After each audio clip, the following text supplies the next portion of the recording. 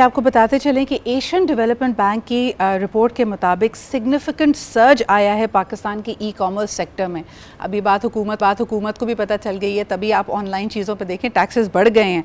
लोगों ने इस दफ़ा बड़ी ज़बरदस्त मीम्स भी बनाई कि एक बड़ा एक टेमो की बात नाम ले ही लेते हैं, उसमें क्या फ़र्क पड़ता है कि पहले जितनी चीज़ें इसकी थी अब 3x इसकी प्राइसेस हो गई हैं just because new taxes have been levied. लेकिन ये रिपोर्ट ये कहती है कि तकरीबन $10.42 बिलियन का बिजनेस हुआ है और ख़ास तौर पे जिस तरह इंटरनेट का एक्सेस पाकिस्तान में बढ़ रहा है, नए ट्रेडर्स, नए स्टार्टअप्स, ई कॉमर्स गेटवेज आ रहे हैं, तो अब ये मज़ीद हजम बढ़ने की गुंजाइश यहाँ पे मौजूद है। ख़ास तौर पे जो बढ़ती हुई डिजिटल लिटरेसी है कि लोग ज़्यादा कंफर्टेबल होते जा रहे हैं, आसान होता जा रहा है, ओल्डर एज ब्रैकेट के लोग भी इसमें आ रहे हैं। यंगस्टर्स तो मेरे ख्याल में अब जाना पसंद ही नहीं करते, वो अपनी तमाम तर चीज़ें ऑनलाइन ही मंगवाना चाहते हैं। की हाईलाइट्स इस रिपोर्ट की ये हैं कि ऑनलाइन जो एयर टिकट्स की बुकिंग है वो तकरीबन 2.3 बिलियन की हो चुकी है एनुअली, और ये सिर्फ हम पाकिस्तान के नंबर्स की बात कर रहे हैं। By the way fashion related purchases तकरीबन $1 बिलियन की है, जिसमें एक बड़ा ज़बरदस्त एपेटाइट पाया जा रहा है एक्सेसरीज़ का, क्लोथिंग का, फैशन की चीज़ों का। हॉलीडे पैकेजेस तकरीबन $620 मिलियन के ख़रीदे गए हैं, जिसके अंदर ऑनलाइन होटल्स की बुकिंग्स शामिल हैं, एक्सेट्रा एक्सेट्रा। ट्रेन के टिकट भी ख़रीदे गए हैं, कार रेंटल्स भी हुए हैं। सबसे क्यूट मुझे बात की बच्चों के खिलौने, ये तकरीबन 140 मिलियन की ऑनलाइन सेल्स हुई हैं। इसके अलावा ऑनलाइन फूड की तरफ अगर देखा जाए तो वो भी तकरीबन $168 मिलियन कंट्रीब्यूट करता है। मीडिया का इक्विपमेंट, क्योंकि जी मीडिया का दौर है, अब हर कोई कंटेंट बनाना चाहता है, ये भी तकरीबन $12.7 मिलियन का ख़रीदा गया है।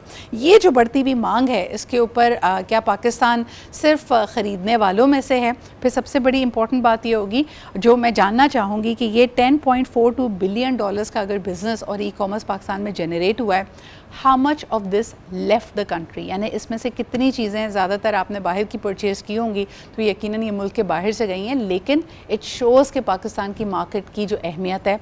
अब ये पॉलिसी मेकर्स के लिए भी बड़ा चैलेंज होगा कि अगर इसमें से मज़ीद आसानियाँ पैदा की गई तो क्या मज़ीद पैसा बाहर ब्लीड होगा? Will that B detrimental for Pakistan? Let's try and understand. हमारे साथ मौजूद हैं साकिब अजहर जो कि CEO हैं इनेबलर्स के। बहुत बहुत शुक्रिया मौजूदगी का। कैसे देखते हैं इसको, सिचुएशन को? खुशाइन है या पॉलिसी मेकर्स की नींदें उड़ जानी चाहिए?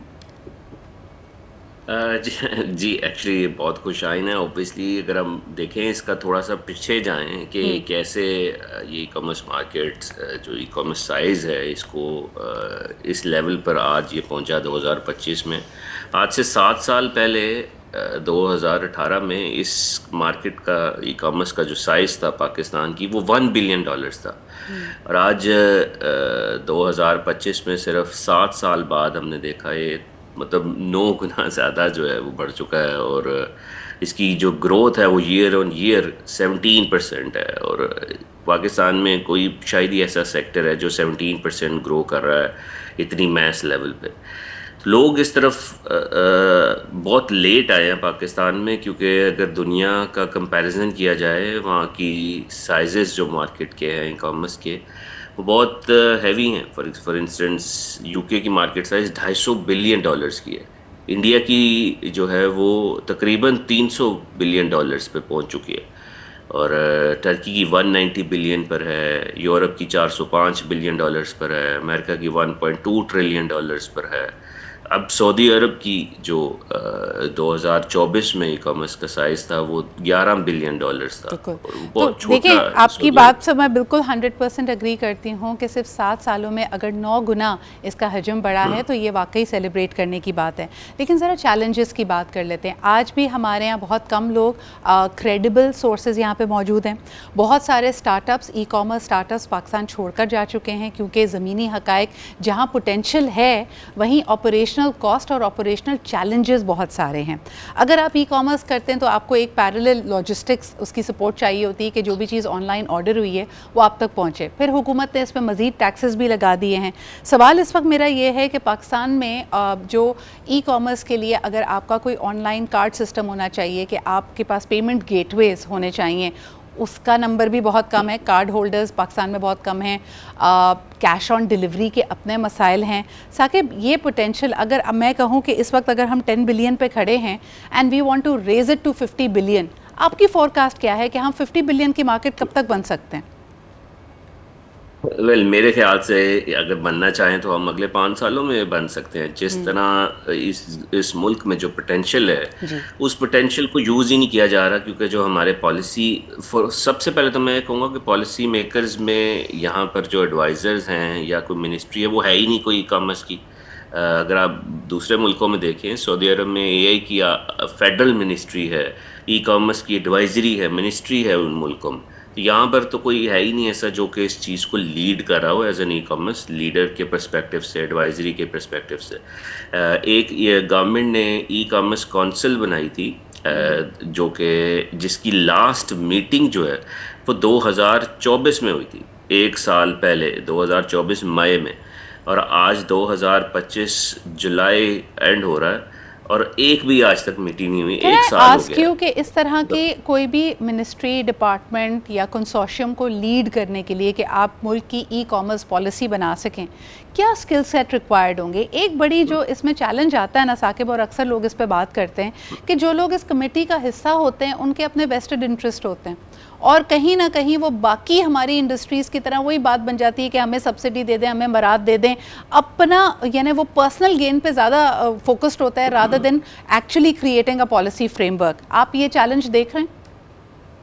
बिल्कुल जी, अभी रिसेंटली गवर्नमेंट ने बजट पेश किया 2025 का। इंस्टेड के वो रिबेट देते, इंस्टेड के वो लोग कोई ऐसी पॉलिसी बनाते जिससे लोगों को ईज़ ऑफ बिजनेस होता, उन्होंने मज़ीद टैक्सेस लगा दिए ई कॉमर्स कम्युनिटी में, जो आपने देखा। डिजिटल मार्केटिंग की जाए, अगर ये लोग अपनी प्रोडक्ट को सेल करते हैं ऑनलाइन, उस पर 16% टैक्स है अगर हम एड्स चलाते हैं कोई प्रोडक्ट को बेचने के लिए। अगर मलेशिया में देखें, मलेशिया की इंडस्ट्री क्यों उठी? क्योंकि उन्होंने कहा कि जिसकी सेल जो है टोटल वो 35 मिलियन पाकिस्तानी रुपीस के मुताबिक, उनकी करेंसी के मुताबिक 35 मिलियन रुपीस से कम है, उसको ज़ीरो टैक्स देना। क्या बात है। और जिसकी 35 मिलियन से ज़्यादा है उसको टैक्स देना है। तो यहाँ पर क्या कहा, जिसकी 10 रुपये भी सेल है और जिसकी 10 करोड़ भी सेल है, वो एक जैसे ही टैक्स देगा। यानी कि आपने अभी एक ऐसी पॉलिसी लगती है, आप बिल्कुल सही कह रहे हैं, क्योंकि हमारे अहदाफ है ना, हमारे यहाँ बार बार बात ही, पूरा का पूरा जो इकोनॉमिक नैरेटिव है वो इस बात पे टिका हुआ है कि टैक्स टू जीडीपी रेशो बढ़ाना है, टैक्स नेट बढ़ाना है। और टैक्स नेट नहीं बढ़ रहा, जो बेचारे लोएस्ट हैंगिंग फ्रूट है जो आ जाते हैं ज़दोकोप में, जो बेचारे डॉक्यूमेंटेड में, क्योंकि उनको ट्रैक करना आसान है कि देखें जी इन्होंने इतनी की एडवर्टाइजिंग की, इतनी सेल्स हो गई ऑनलाइन, उन्हीं पर मज़ीद टैक्सेस लग रहे हैं। अच्छा, एक और चीज़ साकिब जो मुझे नज़र आता है कि it can be a big challenge is a fact कि पाकिस्तान इस पूरे खित्ते की लीस्ट कनेक्टेड कंट्री है। यानी हमारे यहाँ 5G 4G कवरेज ही नहीं है। तो आज तो हम बात करें कि जी डिजिटल लिटरेसी ऊपर जा रही है, दूर दराज इलाके, अभी भी जो ये आप पोटेंशियल देख रहे हैं ये सिर्फ पाकिस्तान के शायद 12-14 बड़े शहरों का पोटेंशियल देख रहे हैं, पूरे पाकिस्तान की तो अभी बात ही नहीं हुई है। देखें, इस वक्त जो हमारी जो इंटरनेट की स्पीड है, 216 मुल्क है दुनिया में राउंड अबाउट, उसमें से 162 नंबर पर हम लोग आते हैं, देखें जरा, जहाँ पर इंटरनेट की स्पीड है।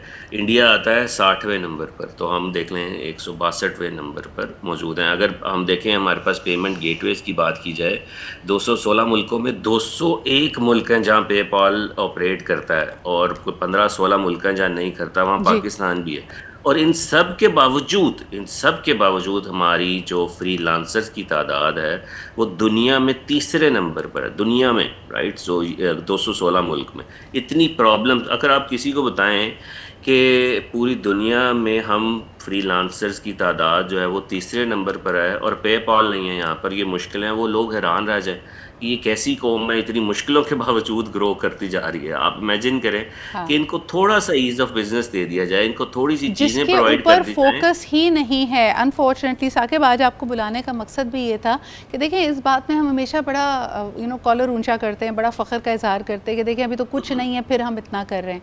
बट आप इमेजिन करें कि what a lost opportunity it is कि एक यूथफुल पॉपुलेशन है, 70% आपकी आबादी यूथ पर डिपेंड करती है, स्किल्स एंड सेमाई स्किल्ड हैं, दुनिया की होशियार तरीन कौम समझी जाती है, लेकिन इसके बावजूद आप उनको मौके ही नहीं दे रहे।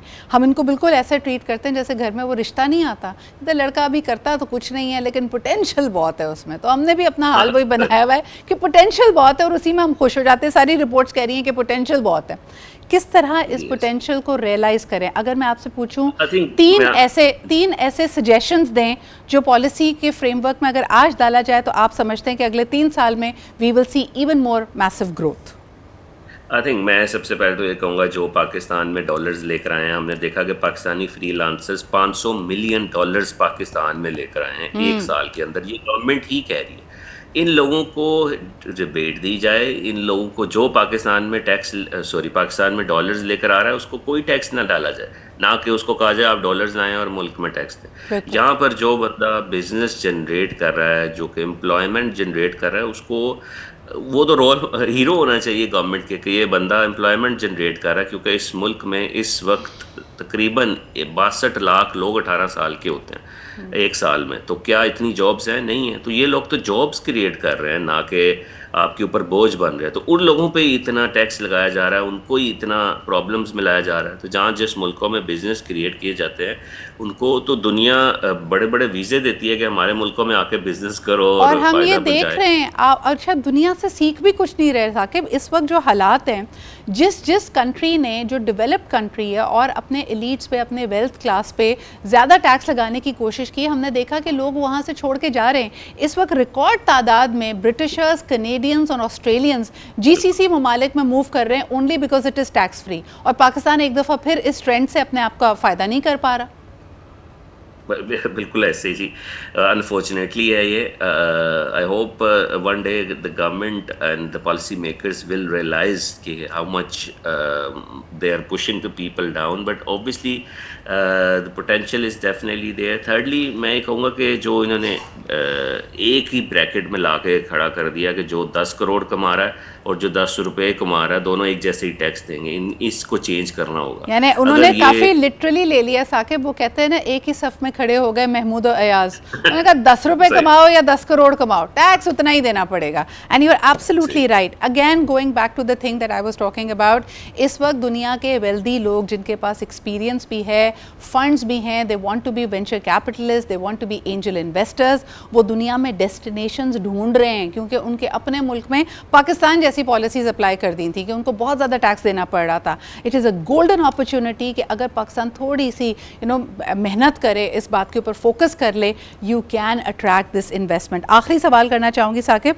मुझे बताइए कि शार्क टैंक जैसे फॉर्मेट के बहुत सारे प्रोग्राम्स पाकिस्तान में इंट्रोड्यूस हो रहे हैं, जहाँ पे ये ऑनलाइन ई कॉमर्स या फिर कोई भी जिसको कहना चाहिए कि स्टार्टअप आइडिया है और ज़बरदस्त आइडिया है, उसके लिए फंडिंग्स अवेलेबल होंगी। ऐसे फॉर्मेट से, ऐसे प्रोग्राम से आपकी क्या उम्मीदें हैं? बिल्कुल ज़बरदस्त, बहुत अच्छे इनिशिएटिव हैं कि लोगों को इस तरफ लाया जा रहा है।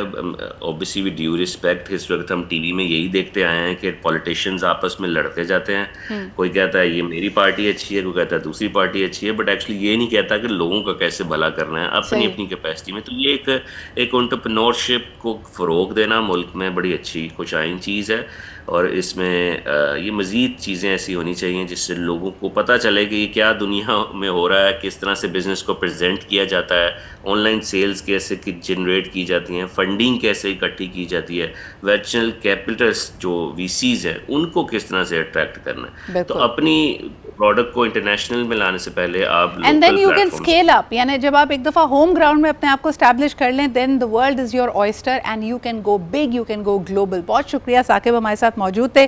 पाकिस्तान का जी पोटेंशियल ज़बरदस्त है, e commerce and the online businesses is the way to go, लेकिन पॉलिसी फ्रेमवर्क से और हुकूमत से हमारी तवक्कुआत अभी भी बहुत ज़्यादा है। There is a lot that needs to be done.